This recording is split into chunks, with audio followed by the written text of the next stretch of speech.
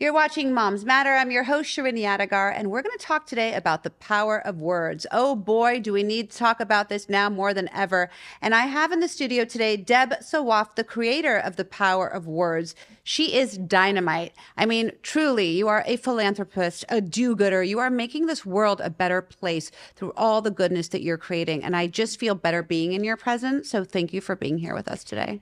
Thank you for having me. It's long overdue. We talked about doing this a long time ago, but there's no better time than now. So I appreciate you and the work you do and the word you try to spread, especially for moms. I mean, we are the CEOs of the home, so we have a big job as well. We do have a huge job, and just regulating our own emotions and then trying to model it for our children. Absolutely. I want to talk a little bit about the power of words, what this movement is, how it came to be, and what you're trying to spread. I talk about it so often, but I loved saying it over and over again because as human beings, we all have our purpose within us. And when passion finds purpose, you're unstoppable. And I feel like I'm in that mode now. So I've been in fashion for about 28 years and I launched my own brand over a decade ago. And in 2022, I was asked to be the fashion event and give back to mental health. And this is post-COVID. I realized how much we needed to deal with mental health, how much we needed to express emotions. And that is the root cause of all the mental health issues, is us being unable on a daily basis to say, I'm feeling like that, because then people think you're mourning and you're complaining. And hence, I decided to create a movement leveraging the voice of fashion, leveraging the voice of role models. And by role models, I don't necessarily mean celebrities. I mean real role models like yourself, who has someone that pays attention to you, who you can influence through your positivity.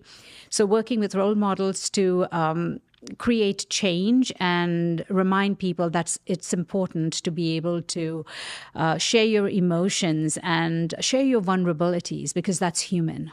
That is human. And you have created a curriculum that's going to be hopefully in hundreds of schools all over the world, not just in the country, but all over the world.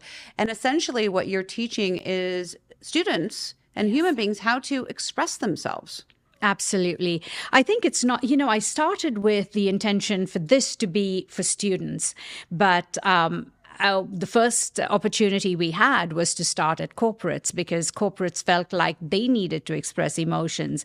But yes, this program the intention was to start with students, especially graduating students from university, going out into the real world. Then we realized you need it for high school, and then we realized you need it for middle school, and now even elementary school.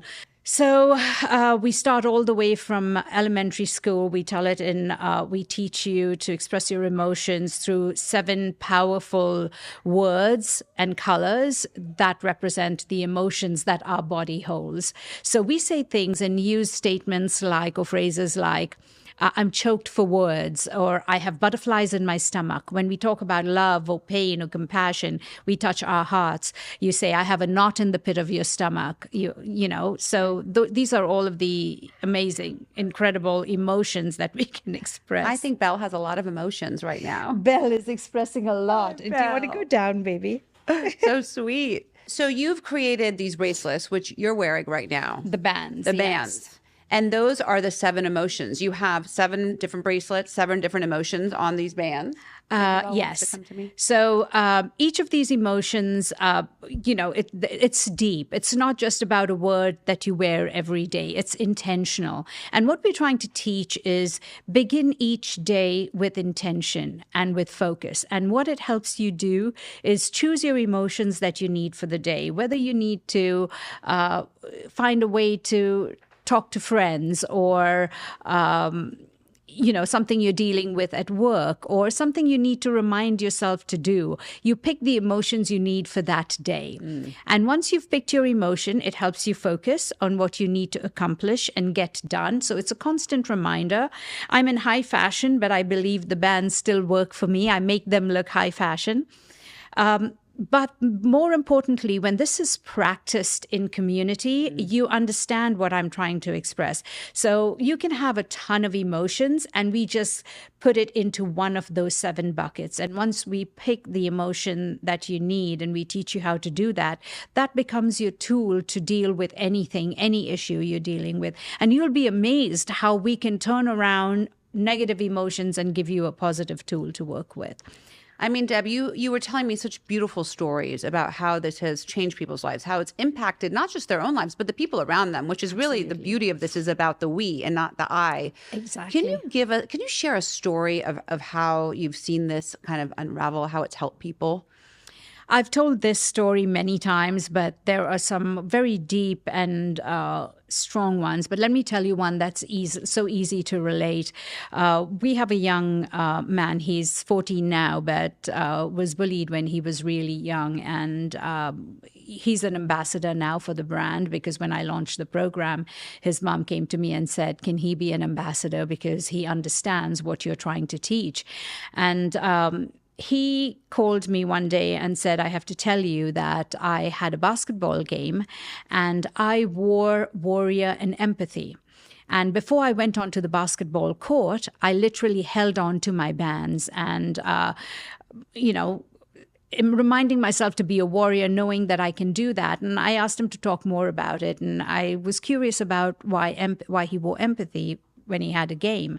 And he said, well, I wanted my teammates to know that I was going in as a warrior. I'm new to basketball. I am the tallest kid on the team, so the expectations are really high. And he wanted his teammates to know that if he didn't live up to their expectations, that they would have empathy for him. So he was giving out an emotion, but he was asking for another. And that's the vulnerability you're sharing, that I am going to be a warrior, but I also need empathy in case I don't live up to your expectations. And I think that's so beautiful. And then I have another strong one from a trip, and it really made my heart sink. We do something called expression of emotion through art. So we have huge canvases, and you come in, you pick your emotion, you pick your band, and with that emotion in mind, and whatever you're feeling about that emotion, whether it's positive or whether it's negative, or whether you're feeling low or whether you're feeling high and positive about it, you take that emotion to the canvas. These are the activations that we do. And you paint your emotion and paint how you're feeling in the color that represents the emotion. So for example, if it's warrior, then you would take red and paint in red what it means to you being in that frame of mind. So we were doing this activation, and there was a young man who stood far away for a long time. And I watched him because he just stood in the one place and watched us and came closer and closer. And then when everyone took a break for lunch and walked away, he came up to me and said, my emotion isn't here. So I asked him about his emotion, and I said, talk to me about it. What is your emotion? And he said, my emotion is helpless. And that kind of, made my heart sink. So I said, well, talk to me about why you feel helpless. He said, my parents are helpless, and therefore I'm helpless and hopeless. And I took a minute, and one of the most important emotions we have is magic. Magic is your higher power. It's your ambition. It's your aspirations. It's everything you want to be that you haven't reached yet, but because you don't believe it. So I like to say to kids, believe you are magic. Even us as adults, you need to be reminded. You walk out of here and just feel like you're magic, because your creator took the time to put you on this planet, and he's given you your magic. You just have to find it. And if you don't look for it, and if you don't know that, you're not going to find it. So that's a reminder. So I said to him, every door seems like it's closed, but look around you, because there are other doors that will open. This is your path. This is right where you're meant to be at this moment in time. So it's not lost. So let's look for it. And so the tools I gave him, first I gave him magic so he would believe in himself. And then I asked him to be resilient, because resilience is to pick yourself up every time you've fallen down. And then warrior, of course, because he's got to fight through this. And, giving him those steps in a much more elaborate way is something that helps you have the tools and this reminder that you can do it and I can come out of this no matter what. Because we use karma so loosely, but this really is your karma. Karma is you are where you are meant to be at this moment in time. And we talk about movement of emotions, cruise it with positivity, look at what your steps are, but staying positive through those down times. Right. You say karma because you're Indian, Yes. and these 7 words are really these 7 chakras you were explaining to me earlier, which is so beautiful because it's such a deep wisdom.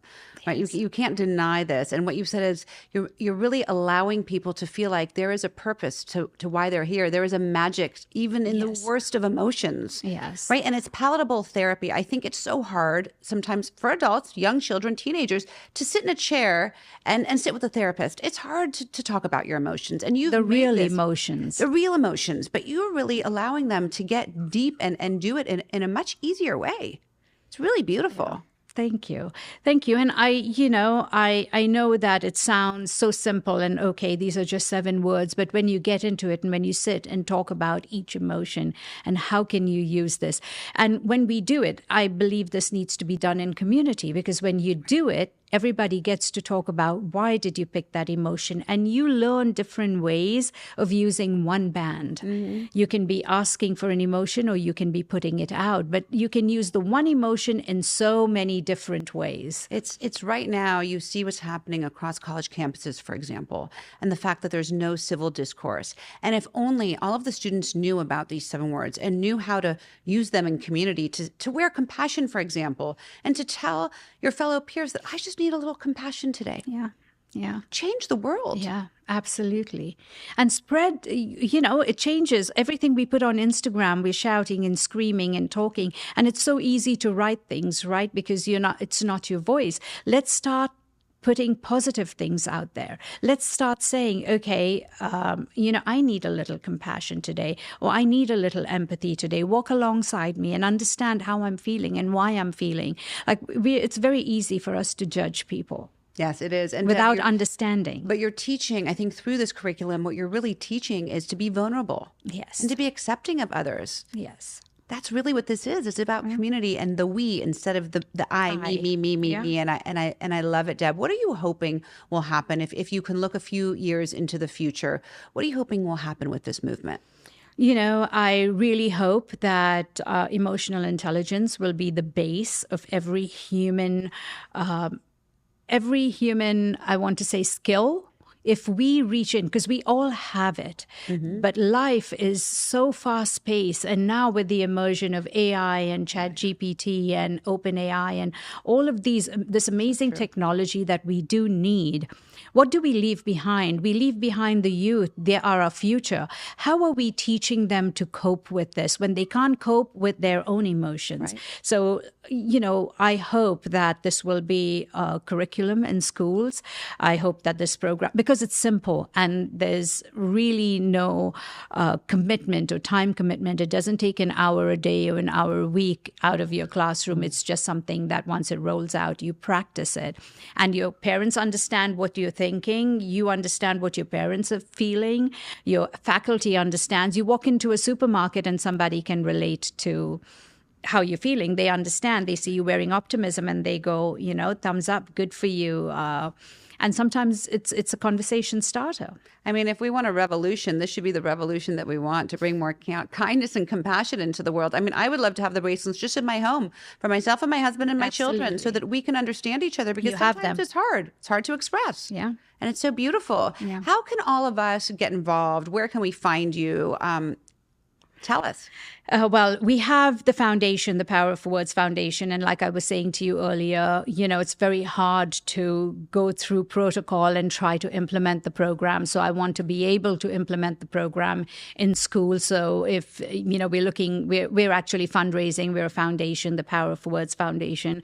We're raising funds to be able to roll this program without waiting for, the schools to come up with the budget or see whether it fits into the budget, especially underprivileged communities. families, communities where you have addiction and substance abuse. That's a huge problem. Handicap is a huge problem. Autism is a huge problem. These kids are not expressing themselves. What I've also realized is doctors and nurses also need it for themselves. And like we've had doctors say, we come to work with our cups half full, and then we empty it out into our patients. So doctors and nurses are running on empty. There are so many people. If you talk about, firemen, the police force, everybody needs it. So, we're just looking to be able to move with the program so we can get get the tools out there and get people to understand.